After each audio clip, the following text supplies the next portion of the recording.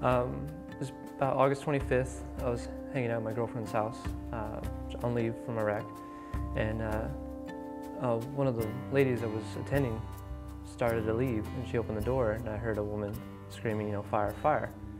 I don't know, within training mode, just kicked in, walked across the street. She had her fire extinguisher in her hand. And she was holding the fire extinguisher, kind of crying and panicking. She had a piece of drywall and the wall mount attached to it, which I thought was kind of funny. So out of her sheer panic, she didn't know how to get it out, and just tore it off the wall and ran outside with it, which was beneficial for me instead of having to find one. He went over there and took the fire extinguisher from her and ran inside. Stepped into the living room, took a kneel, started taking apart the fire extinguisher, getting it prepped while assessing the situation. I've been trained to use a fire extinguisher. On board submarines, we have no one else to depend upon. We don't have D-seamen, so being as a machinist mate, we are the D-seamen of the ship, which is damage control.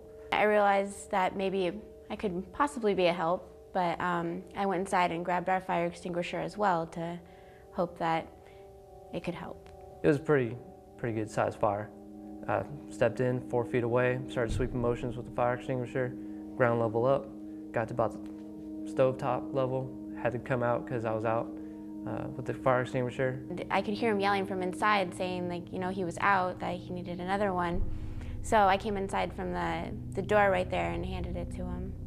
Training-wise, you just kick in and you don't really think about what's happening. You just go through the steps that you need to do to actually achieve the mission goal. In this case, not only did we have the occupant have a fire extinguisher, which our hero ended up using to help extinguish the fire, but his girlfriend also had the foresight to be able to bring the extinguisher from their house over to allow him to continue fighting the fire and knocking it down, thus saving the structure and everything inside. I do believe it's important for every household to have a fire extinguisher just in case, but it also helps out the neighborhood. Having a fire extinguisher is very important. It's part of the triad of safety. Check them monthly and have them serviced annually.